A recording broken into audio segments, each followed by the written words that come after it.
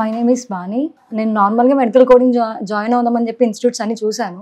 మా ఫ్రెండ్స్ ఏమో వద్దని చెప్పారు. ఎందుకంటే ఇక్కడ రూల్స్ ఇవన్నీ చాలా స్ట్రిక్ట్ గానే ఉంటాయి. అవి కూడా మా మంచి కోసమే. ఫస్ట్ టైం మేనేజ్మెంట్ తెలుసుకుంటాము. ప్రతిదీ ఇక్కడ ఏది చేసినా కూడా స్టూడెంట్ కి బెనిఫిట్ అవుతుంది కానీ ఫ్యాకల్టీ ఏం కాదు. ఫ్యాకల్టీ కూడా మంచిగా రిసీవ్ చేసుకుంటారు. అలానే బయట ఇప్పుడు ఇక్కడ డాక్టర్ మధుసూదన్ సార్ అని చెప్పేసుకుని బయట కూడా అలా వెళ్తున్నారు. కానీ ఎక్కడ మధుసూదన్ సార్ ట్రాన్స్ కోడ్ ఒకటే. ఇంకా ఏంటంటే నేను ఫస్ట్ అటెంప్ట్ ఫెయిల్ అయ్యాను. కానీ తర్వాత మళ్ళీ సార్ పిలిపించి మళ్ళీ ట్రైనింగ్ ఇస్తున్నారు.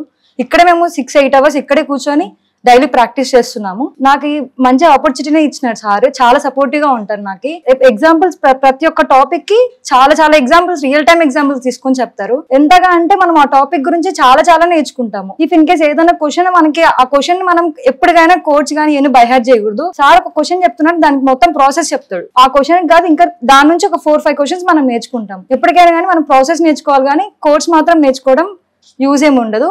ఇక్కడికి వచ్చినాక నాకు మనం ఏ క్వశ్చన్ అయినా మనం హ్యాండిల్ చేసి కోడ్ చేయడానికి ఉంటది.